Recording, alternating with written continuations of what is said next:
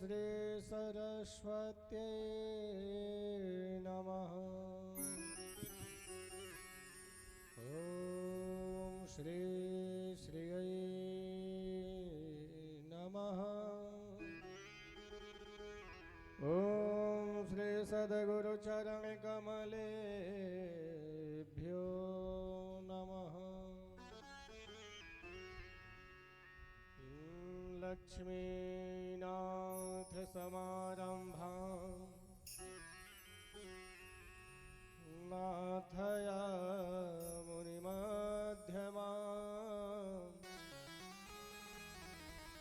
अस्मदाचार्यपर्यन्तां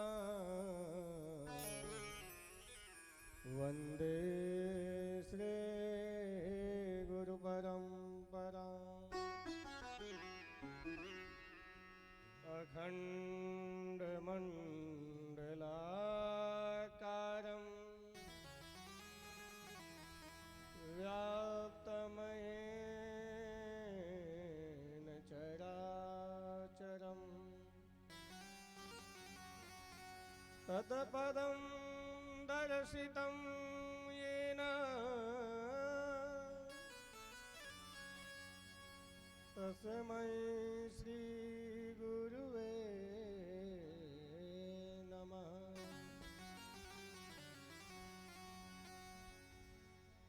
ॐ नारायणं नमस्कृत्य नरं चैव नरोत्तमं देवीं सरस्वतीं व्यासं ततो जयमुदीरये।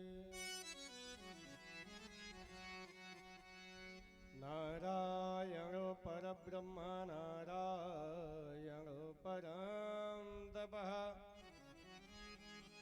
नारायणो परम ज्योतिर्श्री साक्षात् नारायणाय नमः।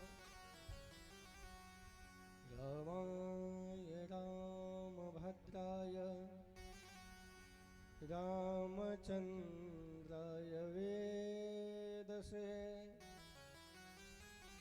रघुनाथाय नाथाय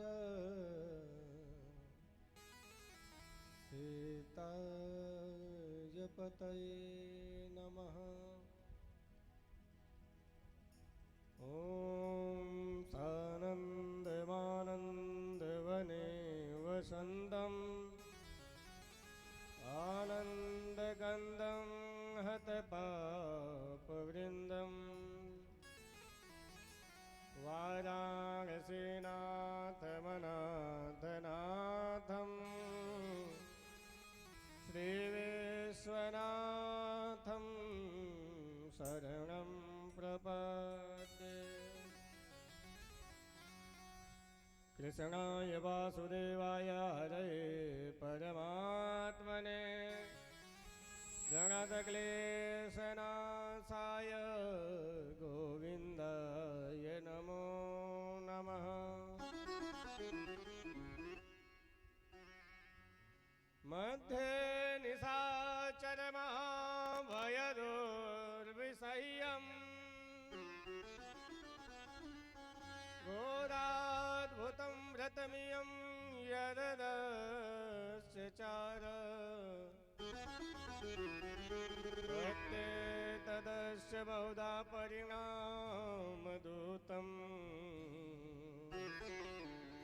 सीता पुरस्कृततनुं हनुमन्तमीडे।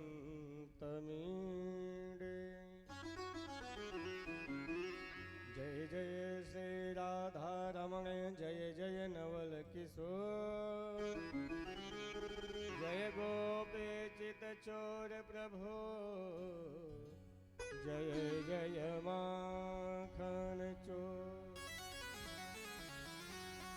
राधे मेरे स्वामिनी मैं राधे जुगदास जन्म जन्म मोह दे जियो श्री चरण में वास।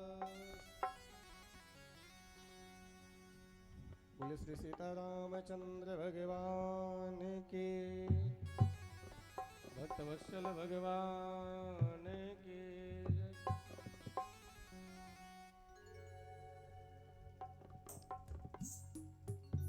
परम मंगलमय परात पर अखिलेश्वर सर्वेश्वर सर्वाधार निराधार जगदाधार अखंड ब्रह्मांड नायक आनंद कंद भगवान श्री मर्यादा पुरुषोत्तम श्री सीतारामचंद्र भगवान के पावन चरित्र श्री रामचरितमानस के प्रथम दिवस पर यहाँ पर उपस्थित श्री पंचमुखी हनुमान जी को प्रणाम वंदन एवं पूज्य सदगुरुदेव भगवान को प्रणाम और जगत जननी माँ विंध्यवासिनी लक्ष्मी नारायण भगवान भूत भवन भोलेनाथ स्थान देवता वास्तु देवता समस्त देवी देवताओं को नमन वंदन प्रणाम। बड़े सौभाग्य की बात है, आनंद का विषय है। एक बार हनुमान जी ने कृपा करी थी तो 2022 में आए थे, भागवत जी की सेवा भई थी। इस बार अच्छा उस समय जब हम आए थे तो हनुमान जी से हमने निवेदन भी किया था, प्रभु एक बार राम कथा की सेवा की अवसर अवश्य दीजिएगा। तो हनुमान जी ने सुन भी लिया और हनुमान जी राम भक्त हैं भी हैं, हाँ? कहते भी हैं मैं सेवक रघुपति कर जाना। तो राम जी के सेवक हैं और राम नाम अति प्रिय है हनुमान जी को। शायद इसलिए हमारी मनोकामना को हनुमान जी ने पूर्ण भी किया और बड़े ही सिद्ध हैं यहाँ पे हनुमान जी। सभी के मनोकामनाओं को पूर्ण करते हैं, आपदाओं को हरते हैं। हनुमान जी से निवेदन है ऐसे ही सब पर कृपा अपनी बरसाए रखें और निरंतर ऐसे ही राम जी की कथा सेवा देते रहें। एवं हमारे समस्त संगीतज्ञ बंधु एवं यह कथा तो सबके सहयोग से हो रहा है। कहा गया बूंद बूंद से घड़ा भरता है, तो यहाँ पे सभी ने जैसा परमात्मा ने सामर्थ्य दिया उस प्रकार से सहयोग दे रहे हैं। परमात्मा ने जिनको निमित्त बनाया, अग्रसर करवाया, जो पंचमुखी हनुमान मंदिर के मुख्य पुजारी हैं श्री कृपाशंकर पाठक जी एवं समस्त ग्रामवासी क्षेत्रवासी, जिनके सहयोग से विनम्रता से सरलता से सहजता से आज यह कार्यक्रम प्रारंभ हो रहा है। राम कथा की धारा प्रारंभ हो रही है। आज के इस आनंद में गोता लगाएंगे। आज हम लोग प्रथम दिवस की कथा है, थोड़ा विलंब से प्रारंभ हुआ क्योंकि हर व्यवस्थाओं को मैनेज करना होता है। प्रथम दिन कल से कथा समय से प्रारंभ हो जाएगी। हमारी समस्त माताएं बहनें भाई बंधु श्रोता बंधु, आइए ज़्यादा अत्यधिक कुछ बोलते ना हुए राम जी को प्रणाम करते हुए आज की कथा प्रारंभ करने के लिए, मन और वाणी को पवित्र करने के लिए भगवान नाम संकीर्तन करेंगे। तत्पश्चात हमारे राम जी की जैसी इच्छा राघव सरकार की वैसे कथा गाएंगे। आइए भाव के साथ हम भी आप भी सब गुनगुनाएंगे गाएंगे और भाव के साथ क्या गाएंगे? सीताराम सीताराम सीताराम कहिए, सीताराम सीताराम सीताराम कहिए, जाहे विधि राखे राम ताहे विधि रहिए, जाहे विधि राखे राम ताहे विधि रहिए। सीताराम सीताराम सीताराम कहिए, सीताराम सीताराम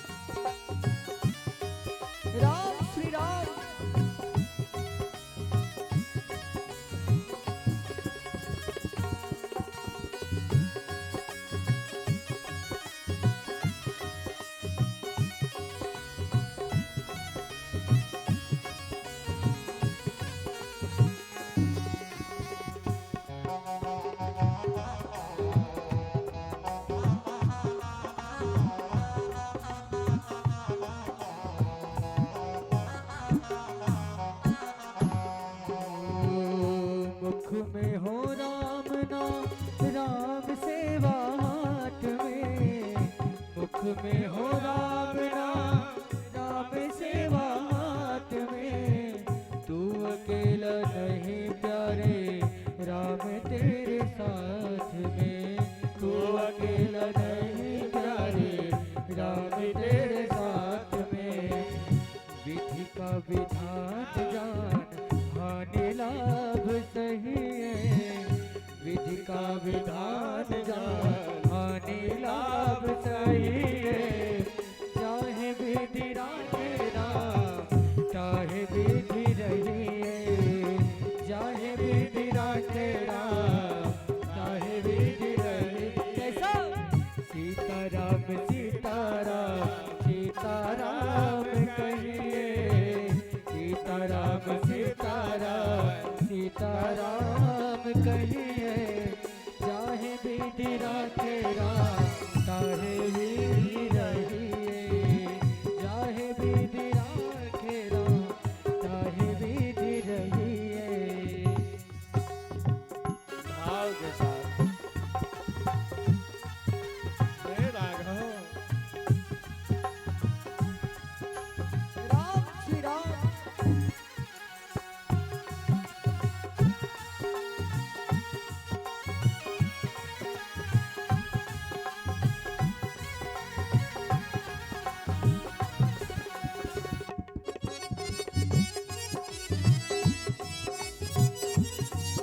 जय जय श्री राम।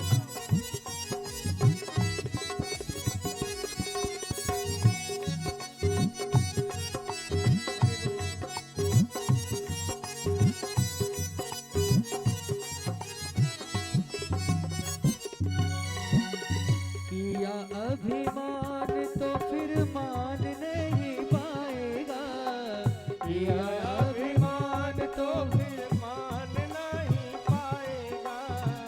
किया अभिमान तो फिर मान नहीं पाएगा। अभिमान तो फिर मान नहीं पाएगा। होगा प्यारे वही जो श्री राम जी को भाएगा। होगा प्यारे वही जो श्री राम जी को भाएगा। फल की आशा त्याग नित्य कर्म करते रहिए। फल की आशा त्याग नित्य कर्म करते रहिए। चाहे विधि राखे राम, चाहे विधि रहिए। चाहे विधि राखे राम, चाहे विधि रहिए। सीताराम सीताराम सीताराम कहिए। चाहे विधि राखे राम, चाहे विधि रहिए। हे राम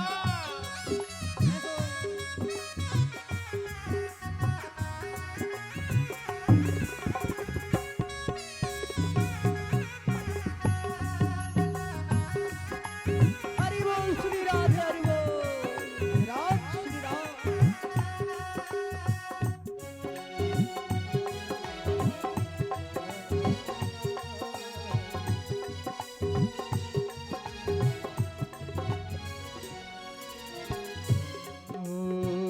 जिंदगी की डोर सौंप हाथ दीनानाथ के। जिंदगी की डोर सौंप हाथ दीनानाथ के। महलों में रखे चाहे झोपड़ी में वास दे। महलों में रखे चाहे झोपड़ी में वास दे। जिंदगी की डोर सौंप हाथ दीनानाथ के। जिंदगी की डोर सौंप हाथ दीनानाथ के। महलों में रखे चाहे झोपड़ी में वास दे। महलों में रखे चाहे झोपड़ी में वास दे। धन्यवाद निर्विवाद राम राम कहिए। धन्यवाद निर्विवाद राम राम कहिए। चाहे विधि राखे राम, चाहे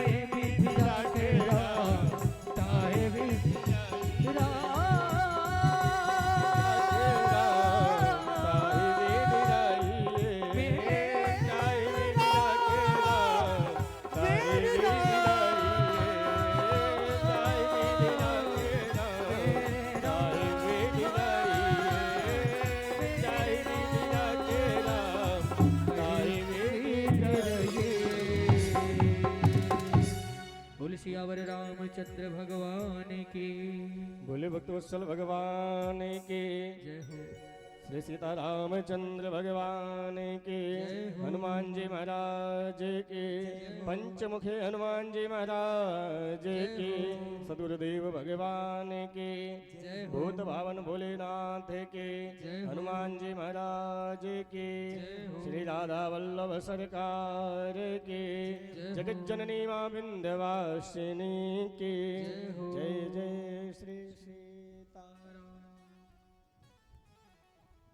बंधुओं, आज की कथा में हम लोग प्रवेश करेंगे। हम श्री रामचरितमानस की कथा में डुबकी लगाएंगे, गोता लगाएंगे। श्री रामचरितमानस, पहले यह समझिएगा है क्या? श्री रामचरितमानस ही क्यों हुआ? देखिए, यहाँ पे कई संशय हैं। जैसे आप अन्य ग्रंथों को लेंगे तो उसमें पवित्रता का बड़ा ध्यान देना पड़ता है। भागवत जी हुई, रामायण जी हुई। रामायण और रामचरितमानस में अंतर है। रामायण जहाँ राम का घर निवास हो, अयन मतलब निवास करना, जहाँ राम निवास करे वही रामायण है। रामायण तो मतलब एक मंदिर है। मंदिर में कैसे जाया जाता है? नहा धो के स्नान करके हम पवित्र होके। तो वहाँ जब आप जाते हैं, पवित्र होने की एक प्रक्रिया है कि आप बिना स्नान किए नहीं जा सकते। ऐसे बिस्तर से उठे कि आप तुरंत पहुंच गए, ऐसी भी प्रक्रिया नहीं है। लेकिन हमारे रामचरितमानस, इसका बड़ा ही सुंदर, सहज, सरल प्रक्रिया है। इसलिए इसको चरितमानस कहा गया है। मानस का मतलब सरोवर भी होता है, मन भी होता है। अच्छा, सरोवर में किस लिए जाया जाता है? स्नान करने के लिए ना। उसमें तो कोई प्रक्रिया नहीं है। आप स्नान किए हैं कि नहीं किए हैं? कि है उसमें आप सरोवर में, तालाब में जाएंगे स्नान करने, वहां तो बिना नहाए ही जाएंगे। तो रामचरितमानस का बड़ा ही आनंदमय बात तो यह है कि आप स्नान किए हो या ना किए हो, आप अगर मानस जी का पाठ करना प्रारंभ कर रहे हैं तो आप पवित्र हो जाएंगे, स्नान कर लेंगे। क्योंकि सरोवर में स्नान करने जाया जाता है, तो यह सरोवर है राम जी के चरित्रों का। चरितमानस है। और चरितमानस क्यों कहा गया? एक भाव और देखा जाए, क्यों? क्योंकि यह शंकर जी के मन से निकला हुआ मानस है, निज महेश। रचि महेश निज मानस राखा, है ना? तो उनके मन से निकला हुआ है राम जी का चरित, इसलिए यह मानस है। आपको बंधुओं बताऊं, रामायण तो वाल्मीकि जी ने लिखा है, उसको श्लोकबद्ध किया है। लेकिन आज का कलिकाल है, यह समय है, सबके बस की बात नहीं श्लोकों को पढ़ना, श्लोकों को समझना। इसलिए सरल भाषा में, अवधी भाषा में तुलसीदास जी ने रामचरितमानस का लेखनी किया, जिससे कि सभी के मन में, भाव में, चित्त में उतर सके राम जी की कथा, मर्यादा पुरुषोत्तम श्री राम जी की कथा। बंधुओं, यह कथा नहीं है, कहानी नहीं है। कहानी क्या होती? झूठी भी हो सकती है। कहानी झूठी भी हो सकती है, लेकिन कथा कभी झूठी नहीं होती। कहानी नहीं है, ये कथा है, राम जी की जीवनी है। संसार में रहना कैसे है, परिवार में रहना कैसे है, व्यवहार करना किससे कैसे है, यह सब हमारी मानस सिखाती है, रामचरितमानस सिखाती है। बंधु, ऐसा नहीं है। अगर आप श्री रामचरितमानस के प्रत्येक चौपाइयों का अनुसरण करते हैं, हृदय से विचार करके पढ़ते हैं, अध्ययन करते हैं, तो निश्चित है, इसमें कोई संशय नहीं है कि परिवार के समस्त क्लेश धीरे धीरे न समाप्त हो जाए तो कहना। क्यों? क्योंकि इसमें रिश्तों की मर्यादा बताई गई है, व्यवहार की मर्यादा बताई गई, संसार में रहना कैसे है उसकी मर्यादा बताई गई, किससे कैसे बात करना है इसकी मर्यादा बताई गई है। किसके सामने बैठना है, किसके सामने खड़े रहना है, इसकी मर्यादा बताई गई है। परिवार में प्रत्येक संबंधों के साथ कैसा व्यवहार करना है, इसकी मर्यादा मानस में बताई गई है।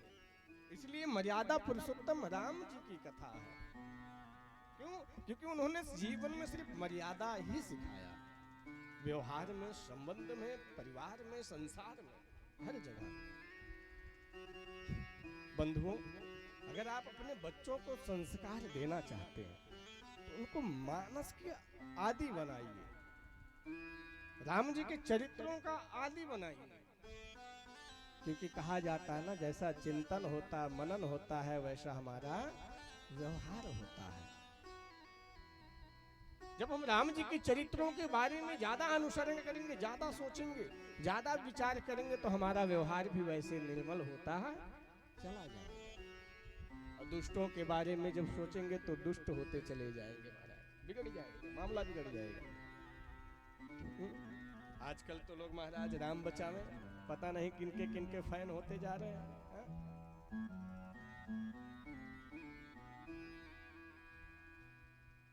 हम तो कहते हैं अगर आपको फैन होना है, आपको भक्त होना है, किसी की तरफ आकर्षित होना है, तो हमारे राम जी की तरफ आकर्षित हो जाइए, जीवन बदल जाएगा। और यह रामचरितमानस केवल पुस्तक नहीं है बंधुओं। हमारा सबसे बड़ा भ्रम जो होता है कि हम ग्रंथों को पुस्तक समझ लेते हैं, साधारण पुस्तक। इस साधारण पुस्तक नहीं, भगवान के स्वरूप ही बतलाए गए। इसलिए इसको श्री मन मानस राम तन कहा गया है। रामचरितमानस भगवान का स्वरूप है, विग्रह है, शरीर है। अच्छा, आजकल की समस्या जानते हैं क्या है?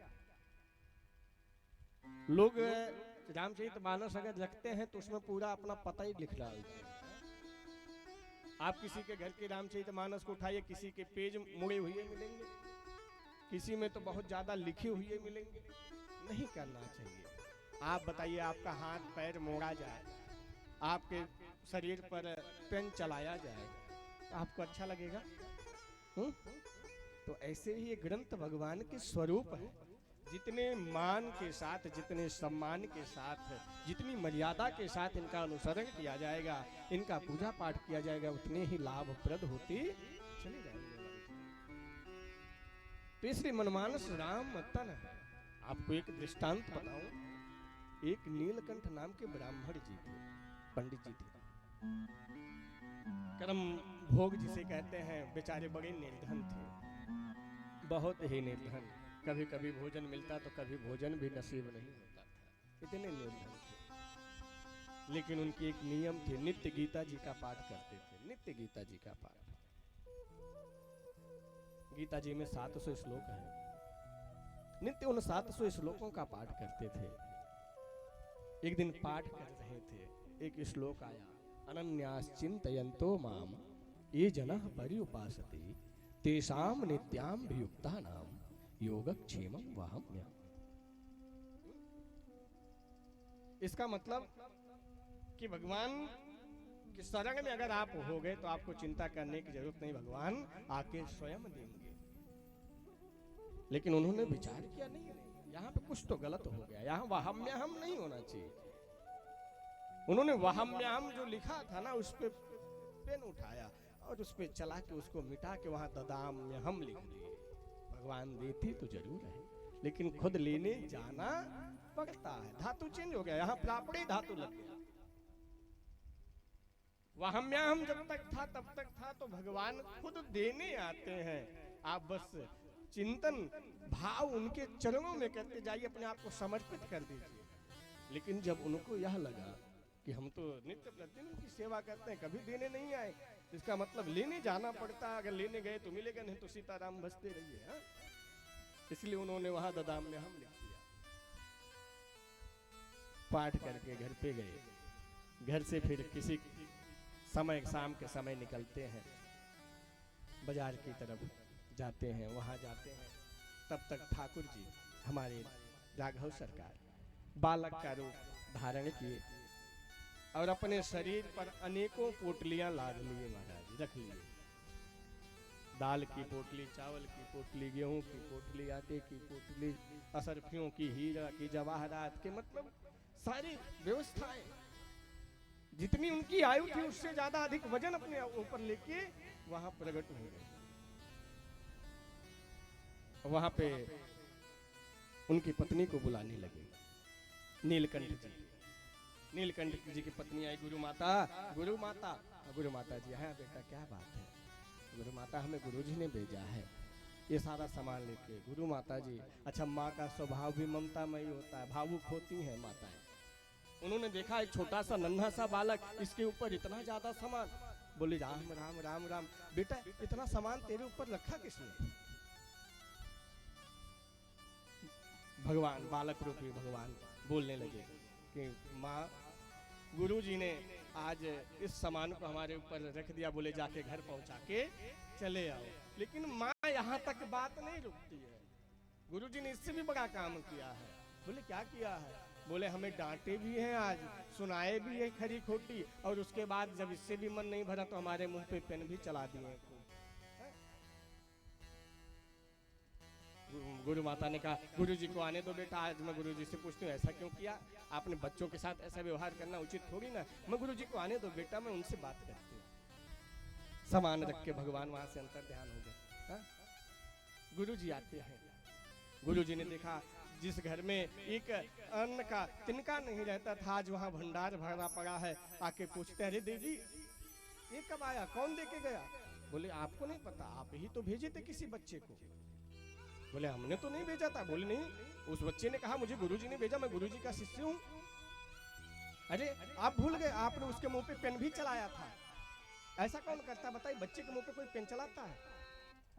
तब तक उनको समझ में आ गया नीलकंठ जी को। हाँ, अरे पगली तुझे पता है वो कोई बालक नहीं था, साक्षात ठाकुर जी पधारे थे, ठाकुर जी का आगमन हुआ था। अरे तू धन्य हो गई, तुझे बिना भजन के बिना तब के तुझे ठाकुर जी के दर्शन हो गए। यहाँ नित्य पाठ करता करता उम्र चली जा रही, लेकिन भगवान के दर्शन नहीं। रुदन करने लगते हैं, प्रभु आप प्रकट हो जाइए। अगर आप प्रकट नहीं होते हैं तो ये नीलकंठ अपने प्राणों को त्याग देगा। आप प्रकट हो जाइए, मुझे दर्शन चाहिए। आपने मेरी पत्नी को दर्शन दिया, मुझे भी प्राप्त करना है आपका दर्शन। ऐसा रुदन करने लगे, भाव प्रकट हुआ, भगवान पुनः प्रकट हो जाते हैं, दर्शन प्राप्त करते हैं। कहने का आशय इतना है, कहने का मतलब इतना है कि ये जो ग्रंथ भगवान के स्वरूप है, इनको हमें मोड़ना नहीं चाहिए, इन पे हमें गोदना नहीं चाहिए, लिखना नहीं चाहिए, फालतू के शब्द नहीं लिखने चाहिए। इसका विशेष ध्यान देना चाहिए, क्योंकि जिस भाव से, जिस श्रद्धा से, जिस विचार से हम इनकी सेवा करेंगे वैसा ही फल हमें प्राप्त होगा बंधु। अच्छा कुछ लोग कहते हैं महाराज हम बहुत पूजा पाठ करते हैं, भगवान की भक्ति भाव करते हैं, फल नहीं मिलता, परेशान बहुत है। बंधु स्वर्ण में निखार तभी आता है जब उसको खूब तपाया जाता है। हा? लोहे को तभी कोई आकार दिया जा सकता है जब उसको खूब अग्नि में तपाया जाता है। वैसे ही भक्तों की भगवान दुख रूपी अग्नि में तब तक तपाते हैं जब तक वह मजबूत न हो जाए, और जब जान जाते हैं कि हाँ अब ये तप गया है, और जब भगवान कृपा करते हैं तो एक स्वर्ण की भांति, एक हीरे की भांति चमक के संसार में आ जाता है। आपको उदाहरण दे, एक से एक संत हुए महाराज। हाँ अभी जीते जागते आप वृंदावन में चले जाइए प्रेमानंद जी महाराज जी के पास। हाँ? भगवान के भजन भाव के उन्होंने क्या कष्ट नहीं झेले। अरे भाई उनकी अगर जीवनी देखी जाए, उन्होंने अनेकों दुखों को झेला, लेकिन भगवान का आश्रय छोड़ा क्या? भगवान का आश्रय नहीं छोड़े, भगवान की सेवा कदाचित नहीं छोड़े। तो आज देखिए जब उनकी सारी परीक्षाएं पूर्ण हुई तो आज भगवान ने किस स्वरूप में, किस जगह स्थापित कर दिया, बिठा दिया कि मानो कि आज स्वयं परमात्मा ही बैठे हो, ऐसा चमकता हुआ स्वरूप प्रकट करा दिया है। तो कहने का भाव इतना है, परेशान नहीं होना चाहिए। हर एक चीज का समय होता है, उस समय के अनुसार ही कार्य होगा। फालतू परेशान होने से कोई लाभ मिलने वाला नहीं। तो बंधुए भगवान का स्वरूप है, रामचरितमानस कहते हैं भगवान का कैसे, कौन सा स्वरूप है? कहते हैं बालकांड प्रभु पाय अयोध्या कटिमन मोहे, उदर बन्यो आरण्य हृदय किस किंधा। बालकांड प्रभु पाए। पैर भगवान का क्या है? बालकांड। अच्छा, पैर क्यों रखा? क्योंकि पूरे शरीर का भार पैर पर होता है। जैसे एक वृक्ष का भार, एक वृक्ष की मजबूती जड़ होता है, वैसे एक उदाहरण के रूप में देखा जाए तो बालकांड जड़ है। सबसे ज्यादा, सबसे बड़ा, सबसे ज्यादा दोहे इसी में है, चौपाइयाँ इसी में है, सबसे लंबा चलने वाला। 3-4 दिन तक तो इसी की कथा चलती रहेगी, बालकांड की। तो बालकांड प्रभु पाए, अयोध्या कटि मन मोहे। कमर क्या है भगवान का? अयोध्या कांड। उदर बन्यो आरण्य। पेट क्या है भगवान का? उदर मतलब पेट। आरण्य कांड। हृदय किस किंधा सोहे। हृदय क्या है भगवान का? किसकिंधा कांड है। और कहते हैं सुंदर ग्रीवद मुखारविंद लंका कही गायो, जहां दशानन आदि निशाचर सकल समायो। क्या कहते हैं? सुंदर ग्रीव। सुंदर कांड क्या है? भगवान के ग्रीव, गर्दन। भगवान के गर्दन क्या है? सुंदर कांड। मुखार विंद लंका कही गायो। भगवान का मुख क्या है? लंका कांड, जहाँ पे समस्त निशाचर आदि समाये हुए हैं। और कहते हैं मस्तक उत्तर कांड सुचि, यही विधि तुलसीदास भन। आदि अंत लव देखिए, श्रीमन मानस राम तन। मस्तक उत्तर कांड सुचि। सुचि मतलब पवित्र होता है। उत्तरकांड क्या है? भगवान का मस्तक है। यही श्री रामचरितमानस। तुलसीदास जी कहते हैं लो जान लो भैया, यही श्री रामचरितमानस श्री मनमानस राम धन। साधारण मानस नहीं, हमने प्रारंभ में ही बताया, रचि महेश निज मानस राखा। ये भगवान भोलेनाथ के हृदय से प्रकट हुई मानस है, साधारण नहीं है। हमने पहले कहा था कहानी नहीं है, कहानी गलत भी हो सकती है, लेकिन एक कथा है, इतिहास है। इतिहास गलत नहीं होते अगर उसको कोई छेड़े ना तो। ये भगवान की कथा है, भगवान की जीवन गाथा है। वो भी भोलेनाथ के हृदय से प्रकट हुआ। वो जो सत्य स्वरूप स्वयं है, विश्वास के स्वरूप स्वयं है, अगर उनके हृदय से प्रकट हुआ मानस है तो असत्य तो नहीं हो सकता। कि हो सकता है। इसलिए और रामचरितमानस में 4 मतलब चौपाइयां हैं, दोहे हैं, छंद है, सोरठे हैं, यही तो है। अब यहाँ पे विचार करिएगा, चौपाई में कितने पाया होता है? 4 पाया। अब आप विचार करिएगा, एक 4 पाई होता है, 4 पाई में 4 पाया होता है ना। अगर एक पाया को पकड़ के खींचेंगे तो तीनों पाया खींचे चले जाएंगे। ऐसे रामचरितमानस है, अर्धावली को भी उठा लेते हैं तो सारी चौपाइयां निकल के चली जाती हैं। हर एक चौपाई राम नाम से अंकित है बंधु। हर एक चौपाई में रकार और मकार अवश्य मिलेगा। किसी ने कहा महाराज ये कैसे आप कह रहे हैं, हमने एक चौपाई ढूंढा, झूठ ही लेना, झूठ ही देना, झूठ ही भोजन, झूठ चबेना, इसमें तो कहीं राम और मां नहीं है क्या? लेकिन ये चौपाई नहीं है, पूरा पूरा चौपाई है। बोलई मधुर वचन जिम मोरा, खाई महा अहि हृदय कठोरा। आया कि नहीं लकार मकार पूरे तो बंधुओं? किसी ने कहा अच्छा हो सकता है झूठ है इसमें। तो राम जी सोचे होंगे यहाँ रहना सही नहीं है, निकल लिया। लेकिन जब पूरी चौपाई का आनंद लिया जाए तो राम जी प्रकट हो जाएंगे बंधुओं। तो कहने का मतलब ये है कि जो ये रामचरितमानस की चौपाइयां ना बंधुओं, ये कोई साधारण चौपाइयां नहीं है, महामंत्र के कार्य करते हैं। आपको कोई समस्या हो, विश्वास के साथ या संपुट लगा के मानस या सुंदरकांड जी का पाठ करिए या उसी चौपाई का निरंतर जाप करिए, आपको रिजल्ट 100% मिलेगा।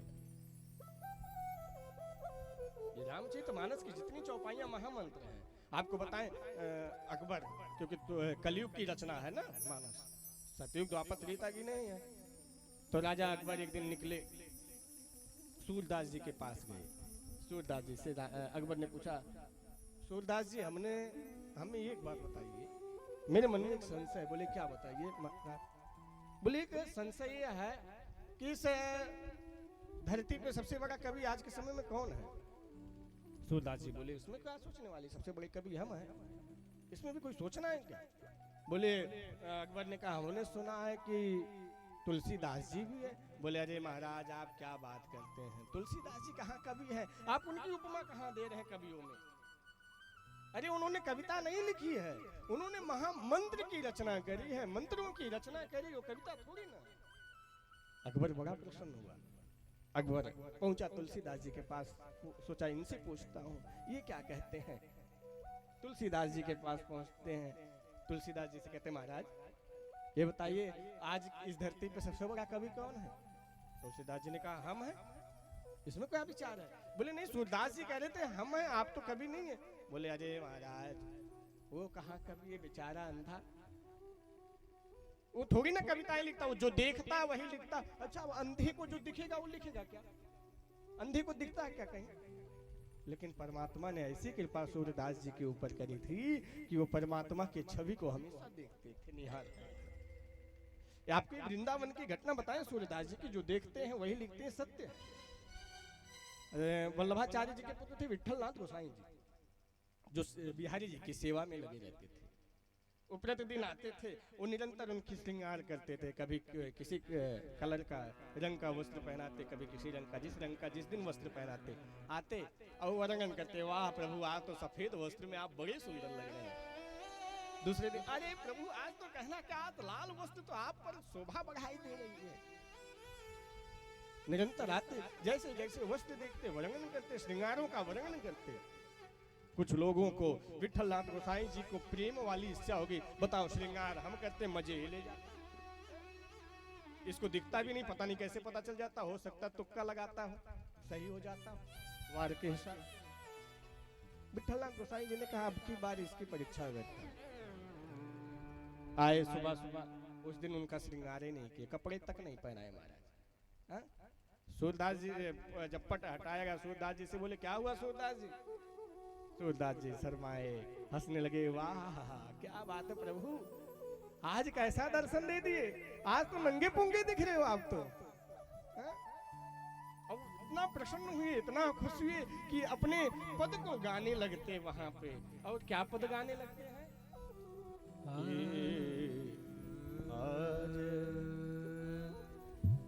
आज हरि देखे नंग मनंगा, आज हरि देखे नंग मनंगा, कि आज हरि देखे नंग मनंगा, आज हरि देखे नंग मनंगा। हो जल सुत हो सन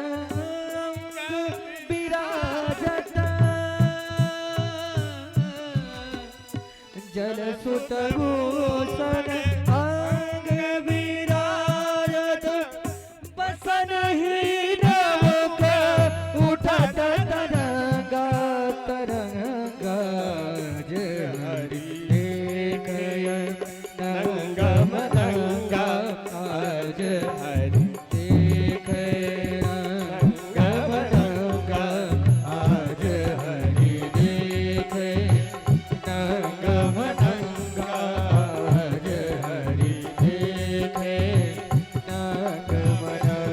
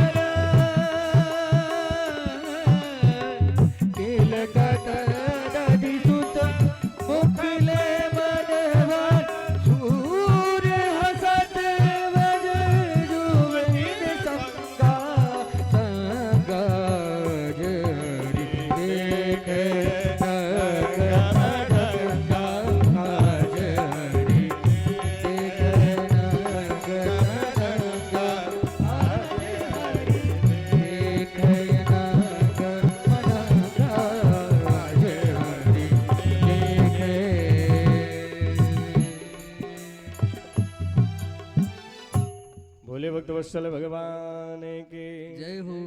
असुरदास जी ने जैसे गाया वसन ही न मुख उठत है तरंग। आज तो आप वस्त्र में नहीं है महाराज, हाँ?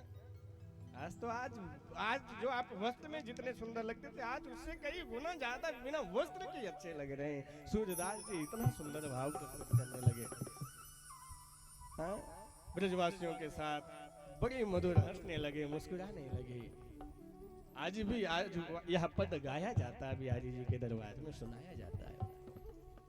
तो कहने का भाव तुलसीदास जी का कि सूर्यदास जी जो देखते हैं वही लिखते हैं, इसलिए वह पद लिखते हैं, कविता कहाँ लिखते हैं। अकबर बड़े प्रसन्न हुए कि एक दूसरे की महिमा गाने में कोई कमी नहीं छोड़ते। वहां से चले आते हैं। ये श्री रामचरितमानस है। कहने का भाव इतना है कि मानस के प्रत्येक चौपाई महामंत्र के जैसे कार्य करते हैं। एक चौपाई का अनुसरण अगर जीवन में हो गया ना तो जीवन बदल जाएगा बंधु। आइए अब हम मानस में प्रवेश करते हैं। मानस के बालकांड के प्रथम श्लोक में प्रवेश करते हैं। प्रथम श्लोक में स्वामीदास जी ने क्या लिखा? वर्णानामार्थ संघानाम रसानां छन्दसामपि मंगलानां च कर्तारौ वन्दे वाणी विनायक। अगर इस श्लोक की व्याख्या करी जाए तो इस श्लोक में बाबा गोस्वामी दास जी ने मानो के सातों कांड की महिमा संक्षिप्त रूप में लिख दिया है। कैसे? वरंगा नाम, वरंगा नाम से क्या? बालकांड। बालकांड में क्या होता है? भगवान का जन्म होता है ना। भगवान का कोई वरंग है? कोई वरंग नहीं है ना, वो तो निराकार निर्गुण परब्रह्म है। कहने का भाव इतना है, वरंगा नाम से बालकांड अभिप्रेत यह है कि भगवान भक्तों की मनोरथ पूर्ण करने के लिए जिसका कोई वर्ण न हो वह भी क्षत्रिय वर्ण में जन्म ले लेता है। सिर्फ भक्तों के मनोरथ को पूर्ण करने के लिए। तो कहने का भाव इतना है कि भगवान भी वर्ण में प्रवेश किए हैं, इसलिए इसका नाम वरंगा नाम है। और एक भाव देखा जाए तो मानो के कहने का भाव इतना है कि भगवान का कोई वरंग नहीं है। भगवान मानो कहना चाहते हैं क्योंकि यहाँ पे वरंगा नाम से प्रारंभ हुआ है और विश्राम मानव दय्यंतुनो मानव पे विश्राम हुआ। तो कहने का भाव यहाँ अगर एक भाव लिया जाए ना तो कहने का भाव इतना है कि यह मानस जो है ना केवल मानव वर्ग के लिए है, इसमें कोई जाति पात नहीं। नहीं तो कोई गोस्वामी दास जी लिखते समय विचार करने लगे, मानो कि हमने लिख दिया, कोई सोचने लग जाए ब्राह्मण ने लिखा तो ये ब्राह्मणों के लिए है, भगवान क्षत्रिय रूप में जन्म लिए तो क्षत्रियों के लिए, और बाकी सब कहाँ गए। तो ऐसा कुछ ना हो, इसलिए उन्होंने वरंग से प्रारंभ किया और मानव पे विश्राम किया। कहने का भाव है किस वरंग के लिए है? जो मानव वरंग का हो, उसी के लिए रामचरितमानस राम जी सुलभ है। भाव समझ में आ रहा है ना?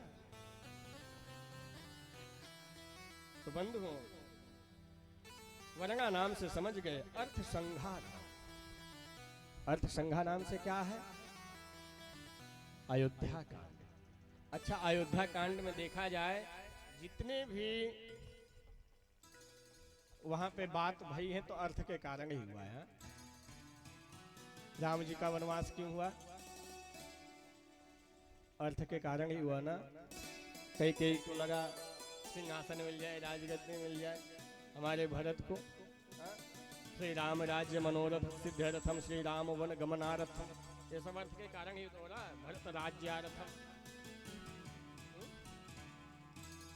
तो जितने भी अर्थ के कारण अनर्थ हुए हैं ये अयोध्या कांड में हुआ है। वह अर्थ को ही लेकर तो भगवान को 14 वर्ष वनवास रहना पड़ा। अगर एक भाव देखा जाए, अध्यात्म भाव से देखा जाए तो भगवान तो संतों को दर्शन देने, रावण का उद्धार करने, निशाचरों का पृथ्वी से उद्धार करने के लिए वनवास में गए। अध्यात्म दर्शन किया जाए लेकिन अगर यहाँ पे भाव दर्शन किया जाए इस श्लोक का, तो यह भाव यहाँ निकल। और रसा नाम क्या कहते हैं, वर्णा नामात संघा नाम रसा नाम। रसा नाम से अरण्य कांड अभिप्रेत है बंधु। अच्छा, रसा नाम का मतलब जानते हैं क्या? तस्लिंगारादौ विषि वीर्य गुणी रागी द्रवई रसा। रस का एक मतलब वीरता होता है, और भगवान ने वीरता कहाँ दिखलाई है? अरण्य कांड में। कैसे? जब सूर्यपणखा आई थी भगवान के पास, भगवान ने जब उसको दंड देके भेजा तो कहाँ जाते? पहले खरदूषण के पास। और खरदूषण को स्वयं रावण कहता है कि खरदूषण मोहि सम बलवंता। और जो रावण के जैसा बलवान है उसको मारना आसान है क्या? फिर भी वह आता है, 14,000 सेनाओं के साथ, सिपाहियों के साथ आता है। राम जी अकेले, माँ सीता गुफा में, लक्ष्मण जी फल चुनने गए हैं, राम जी अकेले हैं। देवता ऊपर से प्रकट हो गए, राम जी से पूछने लगे, प्रभु अब क्या करोगे? आप तो अकेले हो, ये 14,000 को लेके आया, कैसे संभालोगे? तो राम जी ने जैसे ही अपने आप को संभालना प्रारंभ किया, बाबा गोस्वामी दास जी ने बड़ा सुंदर छंद लिखा है।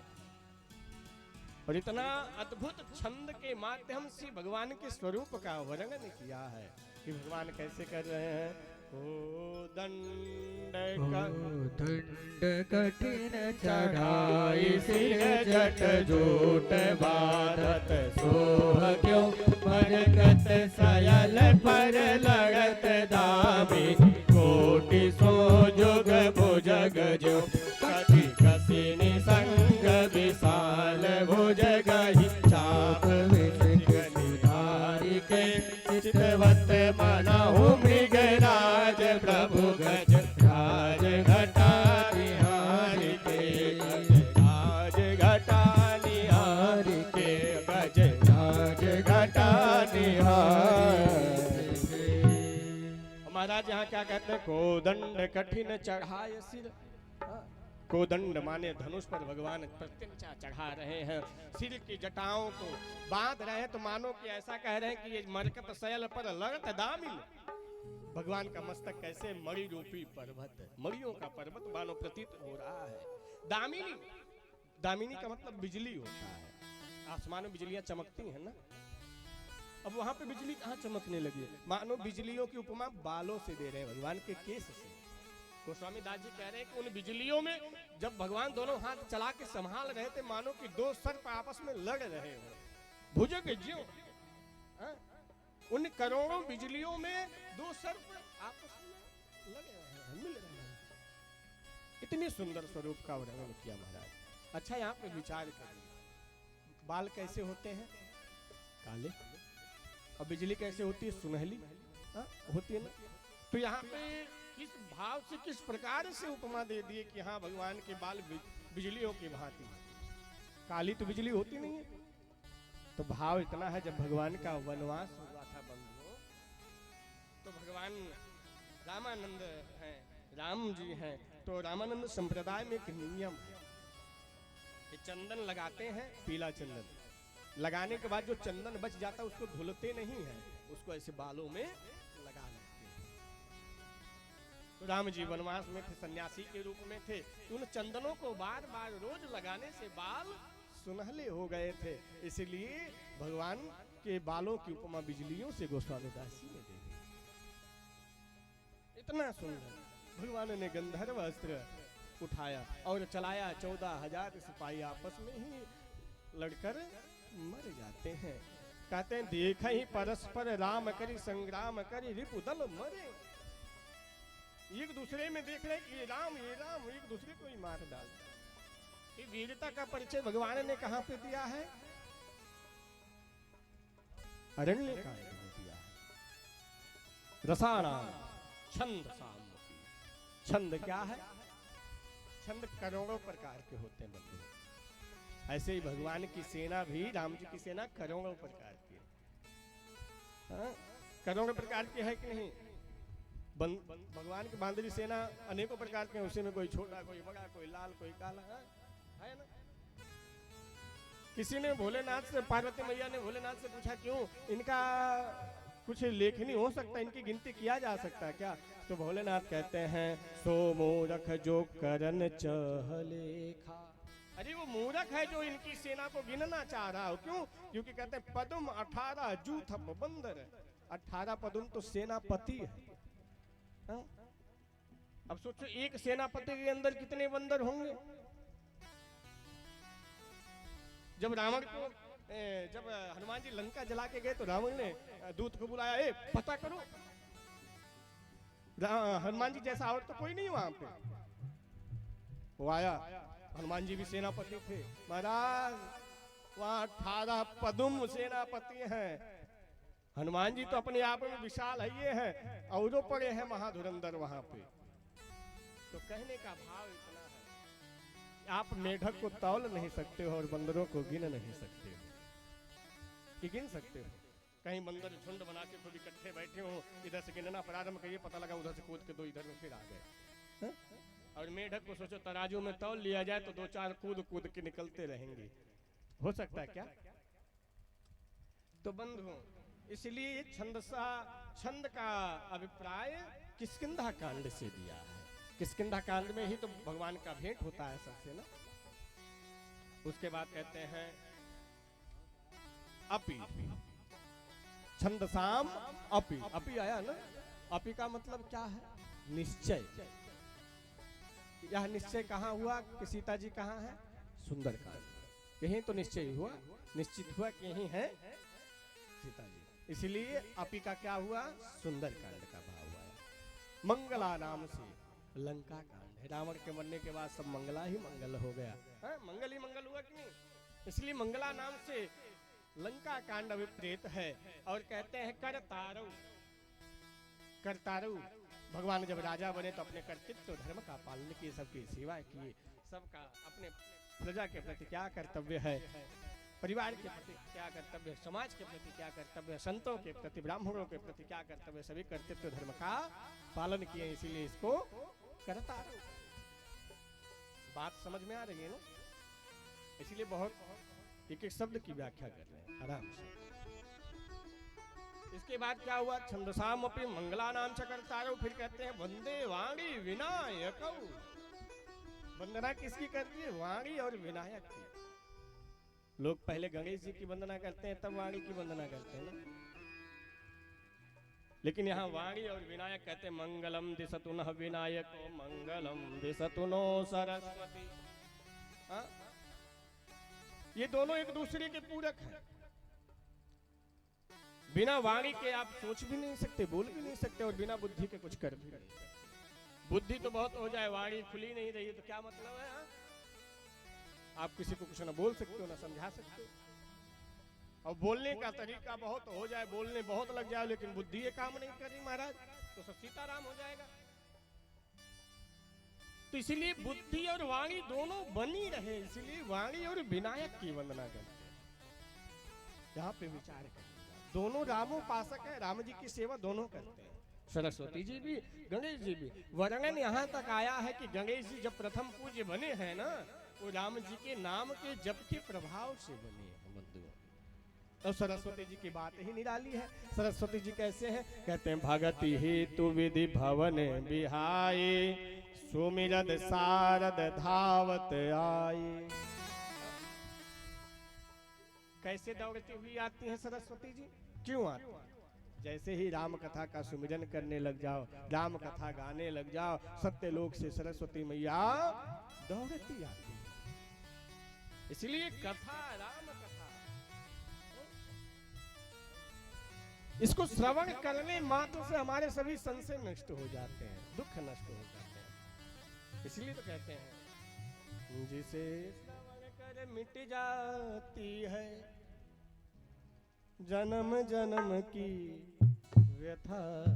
जय जय राम कथा, जय श्री राम कथा, जय जय राम कथा, जय श्री राम कथा। जिसे श्रवण कर मिट जाती है, जिसे श्रवण कर मिट जाती है जन्म जन्म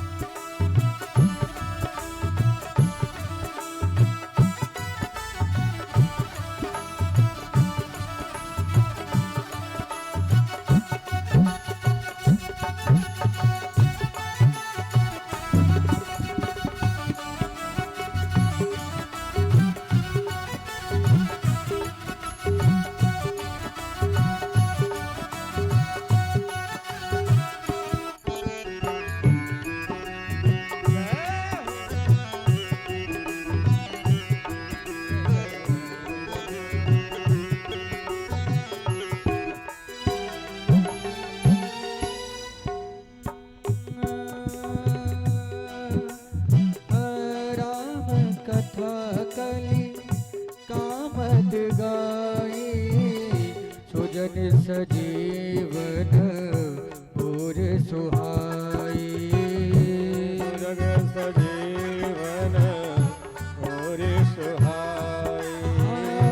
बुद्धि विषाम सकल जन रंजन राम कथा कली कलुष विभजन।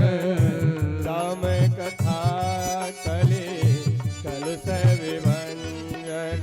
तेरा परमारथ बन जाए। परमारथ बन जाए। मेरा परमारथ बन जाए। मेरा परमारथ बन जाए। श्री नारद कर यथा। जय जय राम कथा। जय श्री राम कथा। ओ जय जय राम कथा। जय श्री राम कथा।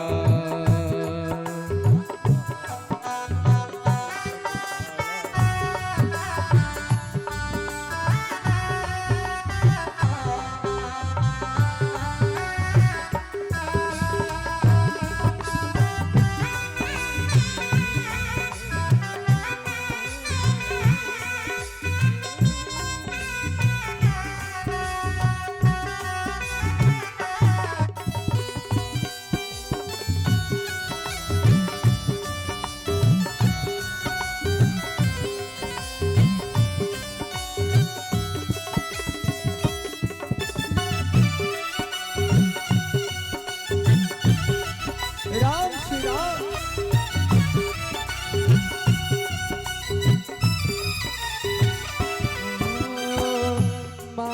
महामोमहि शेष विशाला राम कथा कालिका कराला। राम कथा कालिका कराला। राम कथा शशि किरण समाना चंद्र चकोर रही रही बाना। संत चकोर रही रही कर तू भी अमर हो जाए। कर तू भी अमर हो जाए। कर तू भी अमर हो जाए। कर तू भी अमर हो जाए। श्री हनुमंत यथा। जय जय राम कथा। जय श्री राम कथा। ओ जय जय राम कथा। जय श्री राम कथा। जय जय राम कथा। हरि बोल। जय श्री राम कथा। जय जय राम कथा। जय श्री राम कथा। से श्रवण कर मिट जाती है। श्रवण कर मिट जाती है। कथा श्रवण कर मिट जाती है। तब जन्म जन्म की व्यथा। ओ जय जय राम कथा। हरि बोल। जय श्री राम कथा। जय जय राम कथा। जय श्री राम कथा। जय श्री राम कथा। जय जय राम कथा। जय श्री राम कथा। जय श्री राम कथा। जय श्री राम कथा। बोले श्री सीतारामचंद्र भगवान की जय हो। बंधुओं, यह राम कथा है। अच्छा ये विचार करिएगा, अगर कोई दौड़ता हुआ आता है तो थक जाता है कि नहीं? थकान कैसे दूर होता है? थोड़ा आराम करे और स्नान करे। हाँ? अब माँ सरस्वती जब राम जी की भगत हेतु विधि भवन ब्याहे सुमिरत सारथ धावत आई, दौड़ते हुए आई। अब थकान हो गया तो उनका थकान कैसे दूर होगा? तो कहते हैं बाबा गोस्वामी दास जी लिखते, रामचरित्र सर बीनु भाए सो श्रम जाय न कोटि उपाय। कहते रामचरित सर बिनु अनवाय, बिना राम कथा से स्नान किए हुए रामचरितमानस में जब तक गोता नहीं लगाती माँ सरस्वती, उनका थकान दूर नहीं होता। चाहे फिर कितना भी उपाय कर लीजिए, करोड़ों उपाय, कोटि उपाय, कितने भी प्रकार का उपाय कर लीजिए, इसलिए रामोपासक हैं, क्योंकि इनको राम जी की कथा से, राम जी के नाम से बड़ा प्रेम है। बंधु कहते हैं अच्छा सरस्वती और विनायक की क्यों वंदना की? कई भाव है, अभी तो 2 ही भाव दिए, तीसरा भाव सुनो। विनायक जी किसमें निपुण हैं? गणेश जी लेखन में निपुण है और सरस्वती जी संभाषण में निपुण है। इसलिए अब मान लीजिए अब सरस्वती जी को ना बुलाते तो बोलता कौन? उनका निवेदन नहीं करता। गणेश जी का निवेदन नहीं करते तो लिखता कौन? बोले एक लिखने वाला कोई ना हो, लिखे एक बोलने वाला कोई ना हो तो आनंद नहीं आता, सब काम बिगड़ जाएगा। इसलिए दोनों को, एक संभाषण में एक लेखनी में तेज है, इसीलिए दोनों की वंदना करते हैं। और महाराज कहते हैं इस प्रकार से भगवान वाणी और विनायक की वंदना करते हैं। दूसरी श्लोक में बाबा गोस्वामी दास जी ने बड़ा सुंदर भाव लिखा, कहते हैं भवानी शंकरो वंदे श्रद्धा विश्वास रूपिणो याभ्याम विना न पश्यन्ते सिद्धा स्वान्तस्थमीश्वरम। बड़ा सुंदर भाव दिए हैं। कहते हैं भवानी शंकरौ वंदे श्रद्धा विश्वास रूपिणो। श्रद्धा स्वरूप कौन है? माँ पार्वती। और विश्वास के स्वरूप कौन है? शंकर जी। इसलिए दोनों को कहा है भवानी शंकरौ वंदे। श्रद्धा, पहले भवानी का नाम आया तब शंकर का, इसलिए श्रद्धा फिर विश्वास। श्रद्धा बहुत हो जाए लेकिन विश्वास ना हो तो बेकार है, विश्वास बहुत हो जाए लेकिन श्रद्धा ना हो तो बेकार। अच्छा श्रद्धा है क्या? कहते हैं निगम आचार्य वाक्येषु भक्ति इति श्रद्धेति। निगम मतलब वेदों का, पुराणों का, आचार्य वाक्येषु वेदों का, पुराणों का और संतों का, ब्राह्मणों की जो वचनों का, आज्ञाओं का पालन करे उसी को श्रद्धा कहते हैं। अब शास्त्र कह रहे हैं कि बिना स्नान किए पूजा पाठ नहीं करना चाहिए। आप न मानो तो श्रद्धा का विषय नहीं है। श्रद्धा, जब श्रद्धा होता है तो प्रश्न समाप्त हो जाते हैं। अच्छा श्रद्धा जन्मा है, इसके जन्म होने का विषय है। क्यों? श्रद्धा समाप्त भी हो सकती है। आपको मान लीजिए आपका किसी के प्रति श्रद्धा उत्पन्न हो गया, आप उसकी हर बात मान रहे हैं, श्रद्धा उत्पन्न हो गया। कोई ऐसा कृत्य कर जाए फिर श्रद्धा समाप्त हो जाता है ना, तो समाप्त भी हो सकता है। लेकिन विश्वास अजन्मा है, ये हृदय में रहता है, अजन्मा है। क्यों? शंकर जी अजन्मा है कि नहीं? शंकर जी का तो जन्म होता नहीं बार बार। माँ पार्वती का जन्म सती रूप में, पार्वती रूप में इत्यादि में होता है ना, इसलिए इनको श्रद्धा का रूप दिया गया है। अच्छा विश्वास के रूप में शंकर जी क्यों है? क्योंकि भगवान शंकर के पास 3 नेत्र है। तीसरा नेत्र भगवान शंकर जी का विश्वास का स्वरूप है। तो यहाँ प्रश्न आता है, भगवान शंकर जी का तीसरा नेत्र खुलता तो अग्नि प्रज्वलित हो जाती महाराज, हो जाती कि नहीं? तो बंधुओं कहने का भाव इतना है, भगवान के नेत्र सारे नेत्र 2 जगह खुले हुए हैं। रामपुरी रामचरितमानस में 2 ही बार खुले हैं तीनों नेत्र। कब? एक बार जब कामदेव को जलाना हुआ, कहते हैं तब शिवती सर नयन युघारा चितवत काम भयउ जर छारा।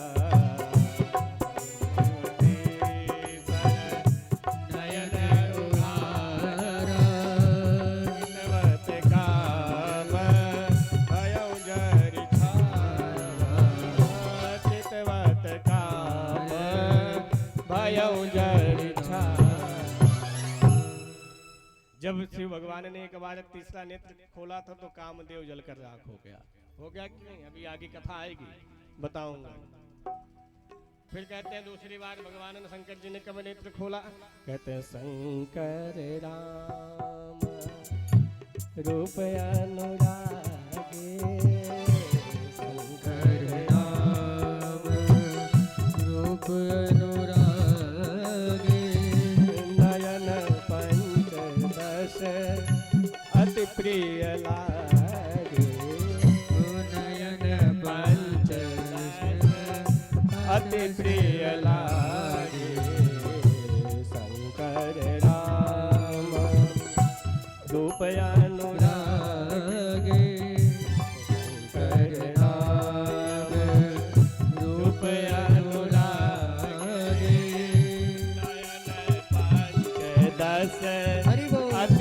प्रिय लागे, नयन पंचदश अति प्रिय लागे।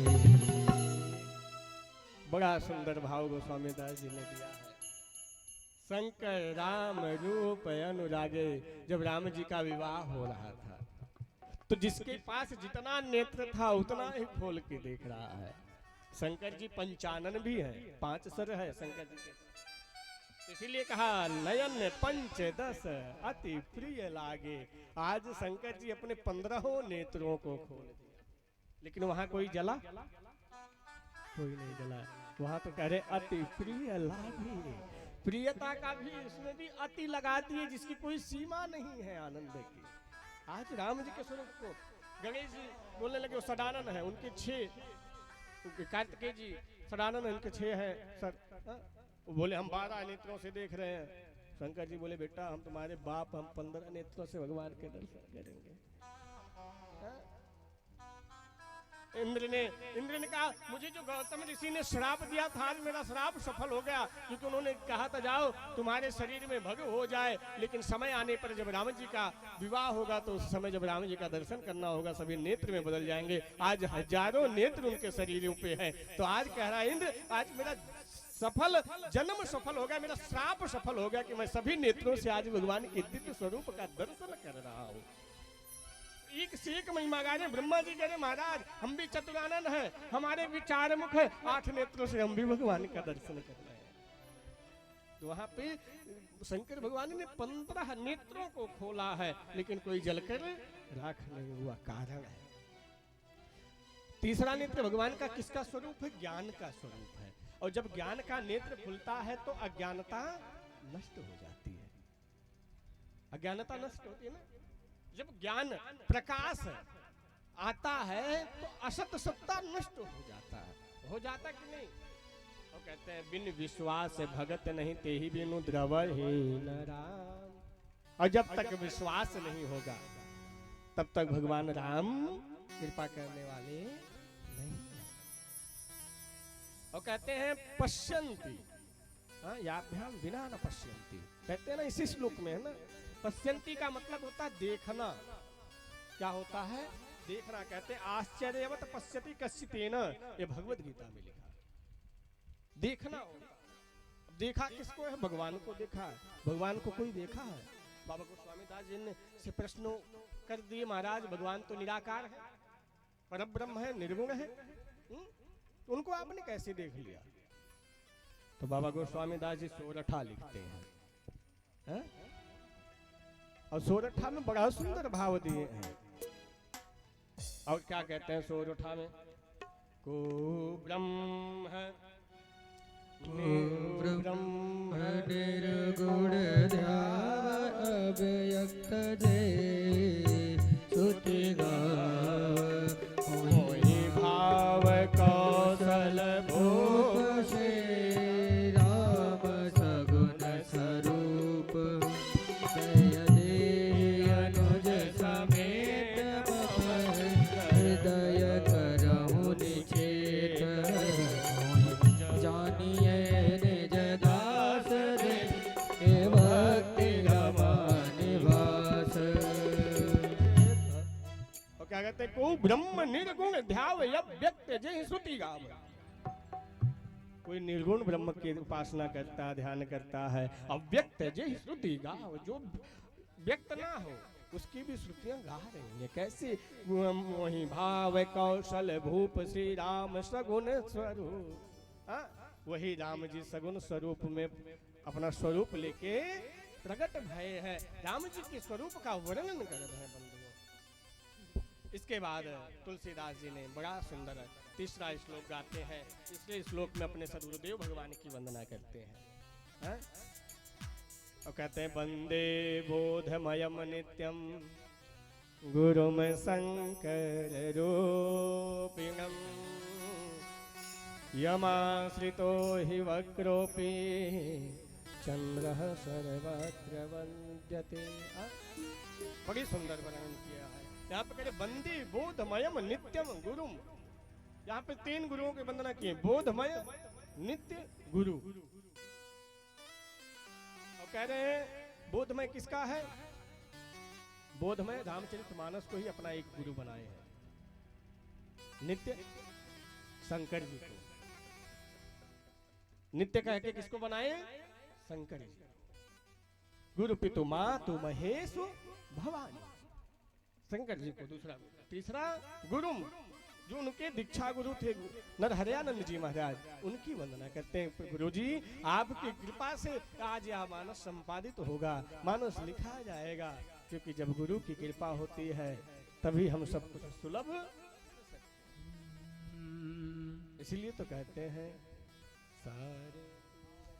सारे तीर्थ धाम आपके चरणों में, सारे तीर्थ धाम आपके चरणों में। हे गुरुदेव प्रणाम आपके चरणों में, चरणों में। सारे तीर्थ धाम आपके चरणों में। हे गुरुदेव प्रणाम आपके चरणों में, चरणों में।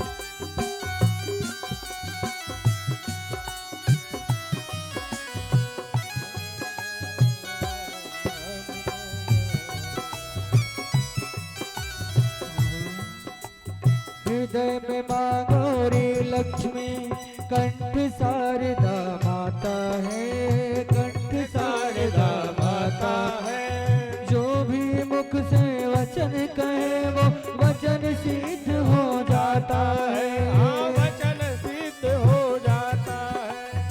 हे गुरु ब्रह्मा है गुरु विष्णु, है गुरु ब्रह्मा है गुरु विष्णु, है शंकर भगवान आपके चरणों में। हे गुरुदेव प्रणाम आपके चरणों में, चरणों में। सारे तीर्थ धाम आपके चरणों में। हे गुरुदेव प्रणाम आपके चरणों में।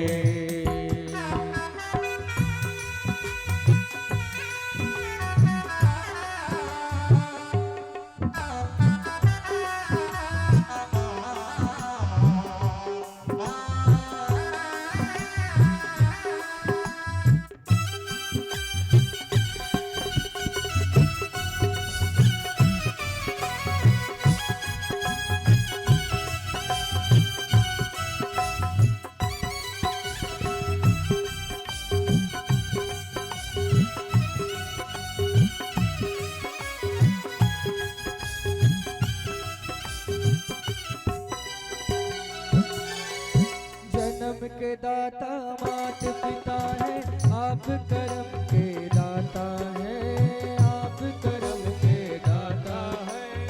आप मिलाते हैं ईश्वर से, आप ही भाग विधाता है।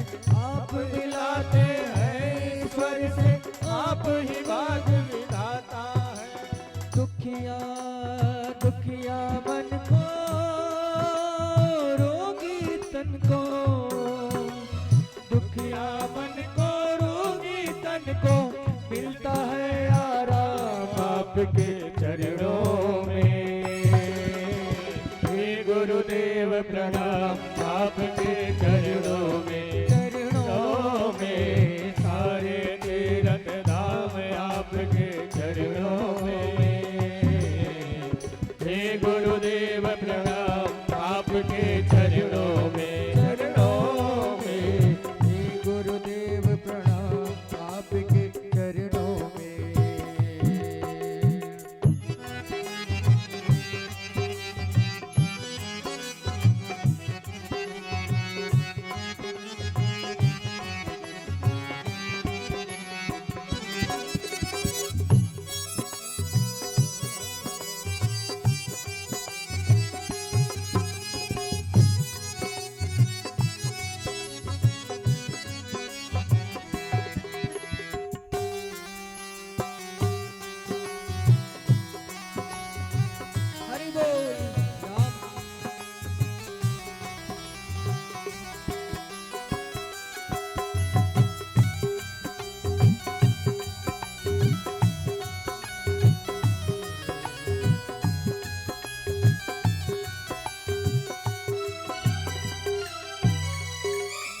निर्बल को बलवान बना दो, मूर्ख को गुणवान प्रभु, मूर्ख को गुणवान प्रभु। देव कमल और वंशी को भी ज्ञान का वरदान गुरु, ज्ञान का दो वरदान गुरु। निर्बल को बलवान बना दो, मूर्ख को गुणवान प्रभु, मूर्ख को गुणवान प्रभु। देव कमल और वंशी को भी ज्ञान का वरदान गुरु, ज्ञान का दो वरदान प्रभु, ज्ञान का दो वरदान प्रभु।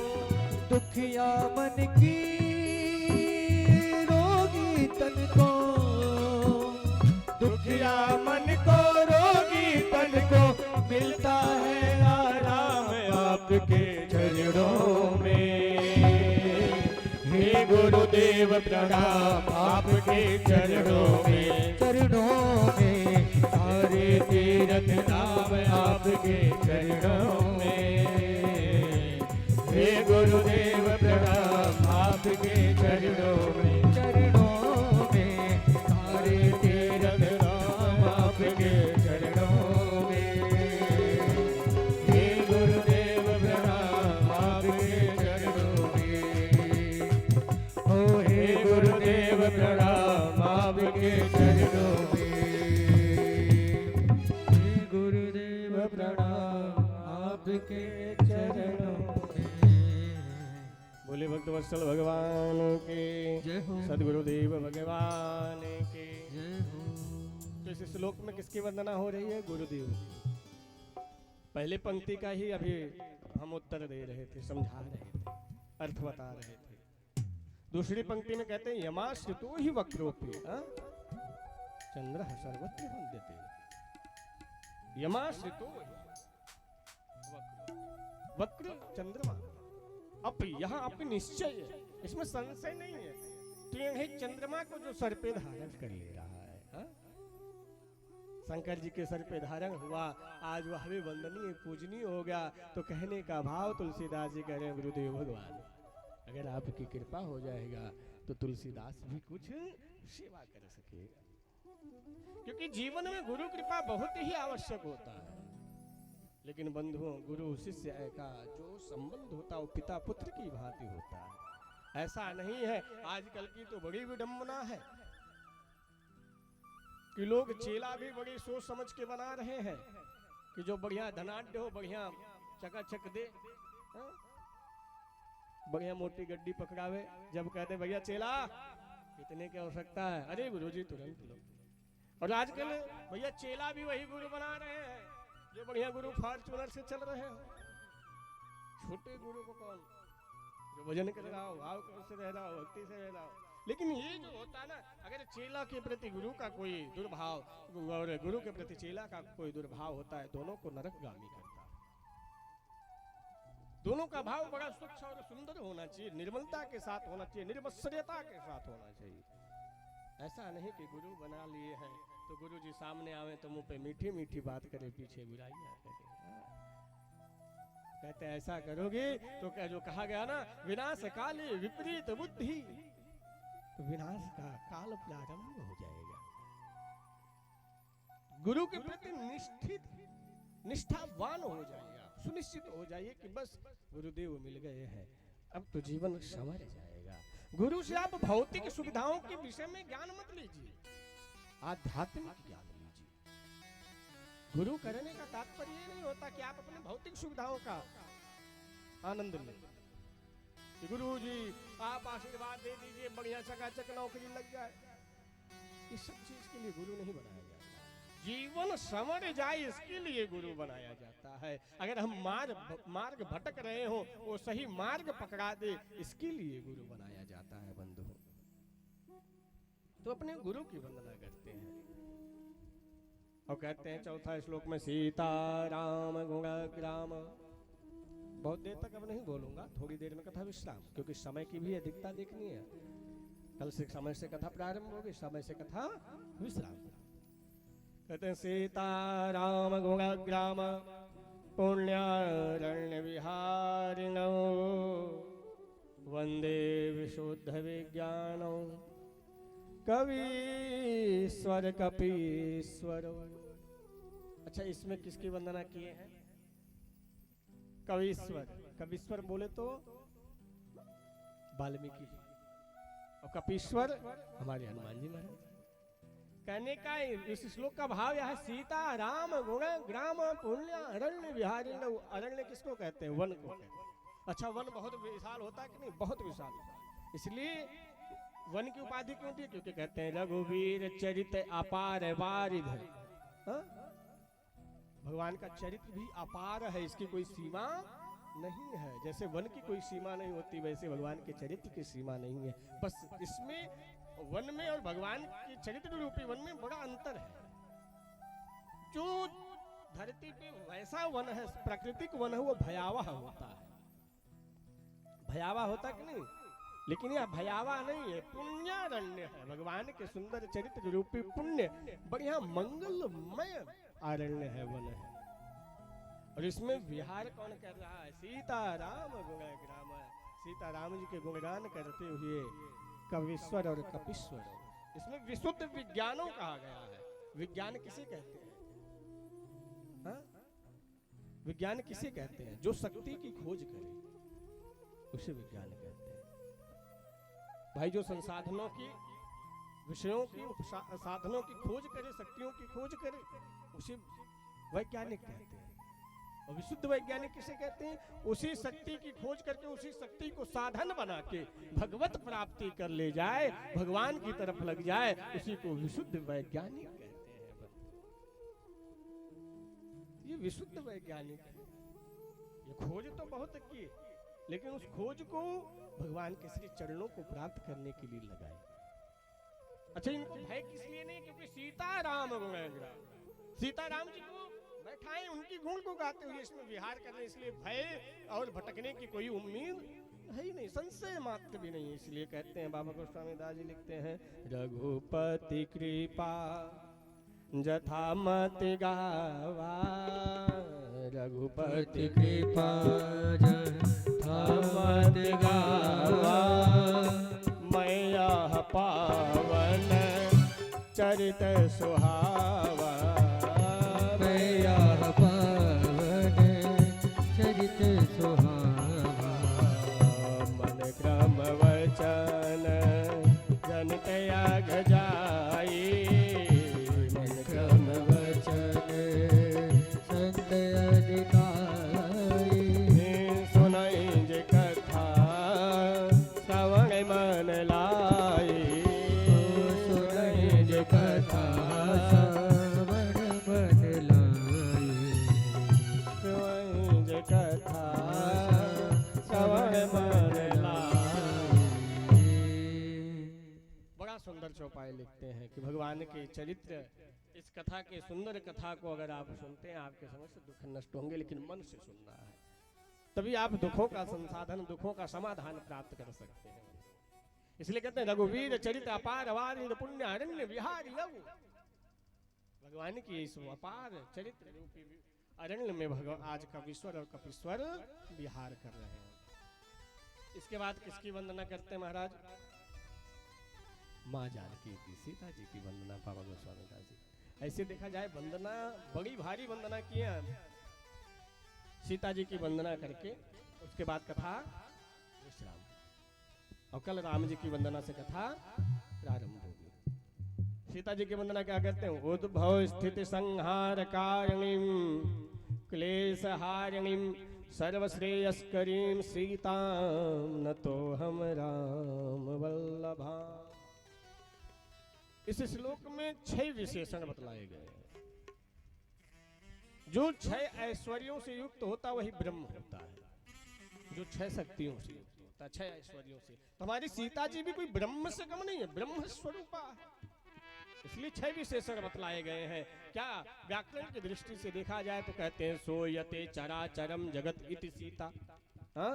जो इस समस्त इस जगत की उत्पत्ति करे वह सीता है। फिर कहते हैं सवती इति सीता, जो जगत का पालन करे वह सीता है। सत्य इति सीता, जो जगत का संहार करे वह सीता है।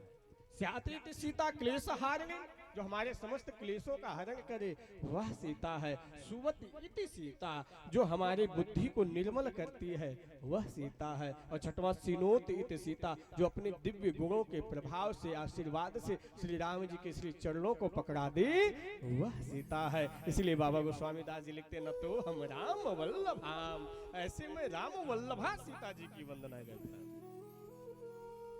अच्छा, माँ सीता की, जानकी की भी वंदना, सीता जी के नाम की वंदना भी कर सकते थे, लेकिन राम वल्लभा सीता की वंदना क्यों की? क्योंकि बाबा गोस्वामी दास जी कहते हैं ये जो राम वल्लभा सीता है ना, बड़े करुणामयी है और राम जी को कभी आपसे दूर होने नहीं देंगी, इसलिए राम वल्लभा सीता की वंदना करते हैं बंधुओं। बाबा गोस्वामी दास जी ने अनेकों वंदना, किसी को नहीं छोड़ा। सुर नार नर, जितने भी गंधर्व है, नाग है, किन्नर है, पशु पक्षी, वृक्ष, जड़ चेतन, दुष्टों तक की वंदना कर डाली। दुष्टों को भी प्रणाम किया, ब्राह्मणों को भी प्रणाम किया, संतों को भी प्रणाम किया, मनुष्यों को भी प्रणाम किया, सबकी वंदना करी।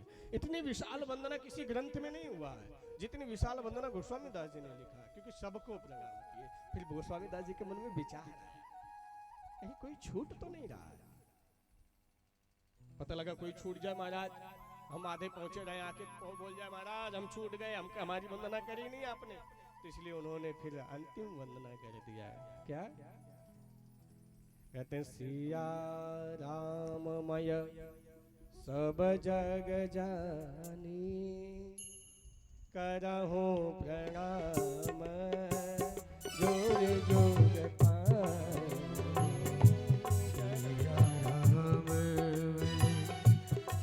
जग जानी, करहूं प्रणाम जोर जोग पानी। हमको भी प्रणाम करना है। हमको भी कैसे प्रणाम करना है? क्योंकि यहाँ पे प्रणाम की वंदना कर रहे हैं ना, बाबा गोस्वामी दास जी पूरे संसार को किस रूप में प्रणाम कर रहे हैं? सिया राममय, राम जी का स्वरूप दर्शन करते हुए कर रहे ना, इस संसार में प्रत्येक कण कण में, जीव जीव में, जड़ जड़ में, चेतन चेतन में, निर्जीव निर्जीव वस्तु जड़ पदार्थ में मेरे राम है, मेरे राम भी आसमान है। उस राम का दर्शन करते हुए आप भी गाइए साथ में। अगर राम जी को मानते हैं, प्रणाम करना है, सभी संसार के वासियों को प्रणाम करना। कैसे? सिया राममय सब जग जाने, सिया राममय सब जग जाने, करहूं प्रणाम जोर जोग पानी, करहूं प्रणाम जोर जोग पानी। सिया राममय सब जग जाने। क्या बात है? कैसे प्रणाम?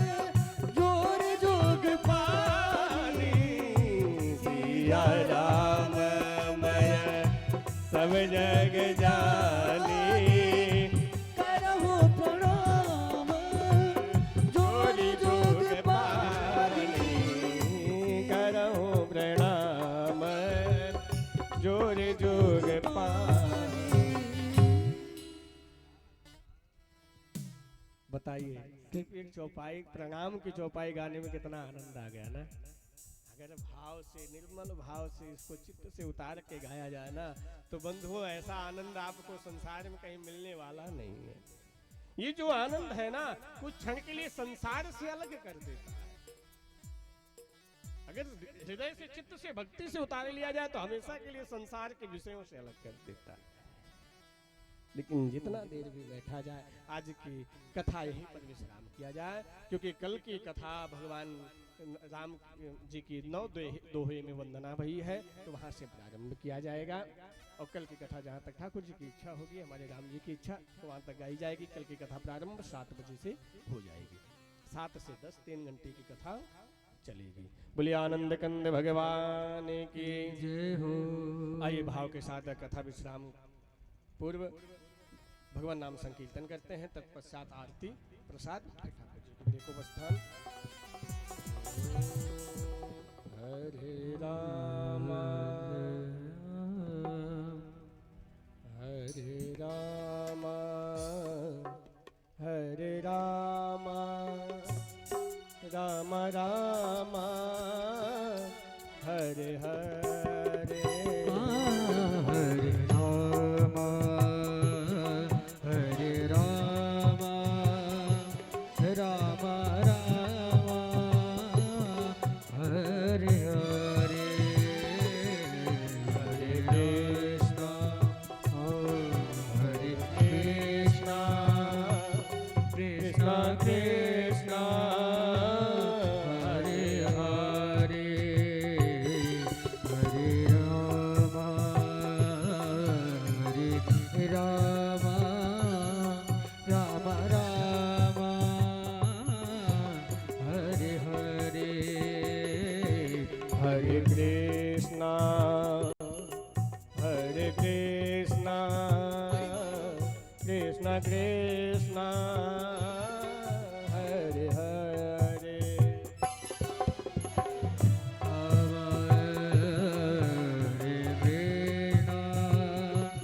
कृष्ण कृष्ण हरे हरे हरे राम हरे राम राम राम हरे हरे हरे कृष्ण कृष्ण कृष्ण हरे हरे हरे राम हरे राम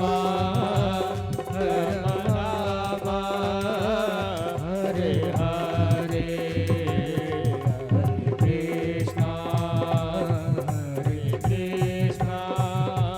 कृष्ण कृष्ण हरे हरे हरे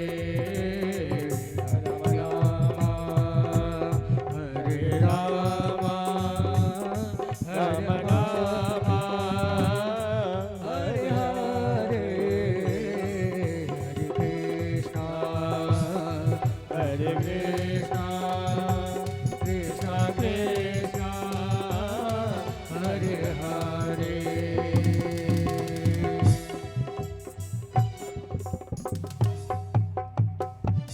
बोले भक्त वत्सल भगवान की जय हो आनंद कंद भगवान की जय हो भक्त वत्सल भगवान की जय हो आइए हम लोग आरती करेंगे। कल कथा श्रवण हेतु अति शीघ्र आइए, फिर समय से आइए समय से जाइए, क्योंकि रात का भी रात्रि का समय होता, लोगों को दूर दूर से भी आना होता, परंतु यहाँ पे रात्रि का कोई विशेष महत्व नहीं। लोग सुनते हैं 11-12 बजे तक आते भी हैं, ऐसा नहीं है, क्योंकि प्रथम बार तो हम आए नहीं हैं, हम जानते हैं यहाँ पे लोग आते हैं। आइए भाव के साथ आरती करते हैं, तत्पश्चात प्रसाद वाणी को विश्राम सादर जय सिया राम। सभी लोग यथास्थान खड़े हो जाएं, श्री राम जी की आरती भावपूर्वक करें, आरती प्रज्वलित कर लें, तत्पश्चात श्री राम जी की आरती की जाएगी। सारे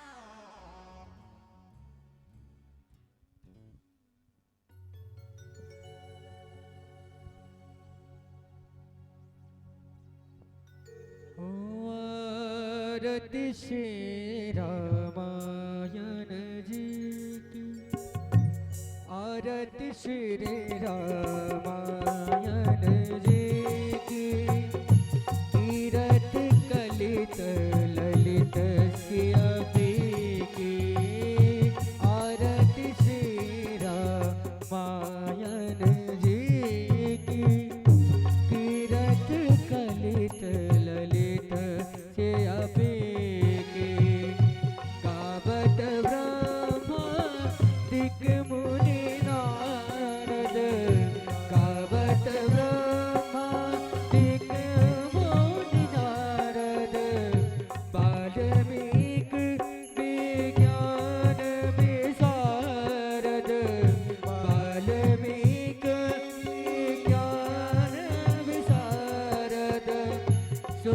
सनकादिक शेष अरु सारद वरनि पवन सुत कीरतने की आरती श्री रामाचन जी की तीरथ कलित ललित सिया बेगी।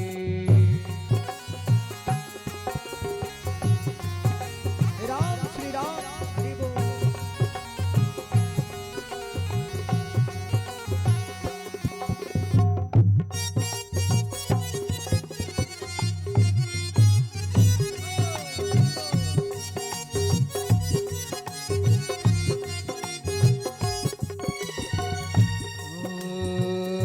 गावत सनतक शंभु भवानी गावत सनतक शंभु भवानी अरुघट संभव मुनि विज्ञानी अरुघट संभव मुनि विज्ञानी वेद आदि कवि वर्ज वखानी कागभूषोंड गरुड़ केहि की आरती श्री रामायण जी की तीरथ कलित ललित सिया बेगी।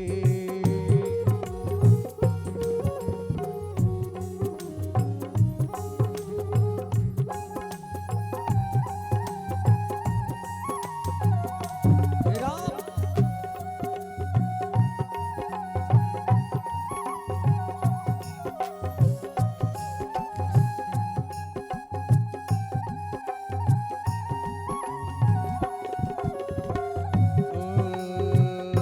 कलमलि हरनि विषय रस भीगी कलमल हरनि विषय रस भीगी सुभग सिंगार मुक्ति जुगती की सुभग सिंगार मुक्ति जुगती की अदलन रोग भव मोरे अभी की तात मात सब विदे तुलसी की आरती श्री रामायण जी की कीरत कलित ललित सिया बेगी आरती श्री रामायण जी की कीरत कलित ललित सिया बेगी। कर्पूर गौरम करुणावतारम संसार सारम भुजगेन्द्रहारम सदा वसंतम हृदयारविन्दे भवं भवानी सहितं नमामि त्वमेव माता च पिता त्वमेव त्वमेव बन्धु च सखा त्वमेव त्वमेव भीता द्रविणं त्वमेव त्वमेव सर्वं मम देवदेव। हरे रामा राम राम हरे हरे हरे कृष्णा कृष्ण कृष्ण हरे हरे हरे राम राम राम हरे हरे हरे कृष्णा कृष्ण कृष्ण हरे हरे हरे राम राम राम हरे हरे हरे कृष्णा कृष्ण कृष्ण हरे हरे हरे कृष्णा हरे हरे हरे कृष्णा हरे हरे।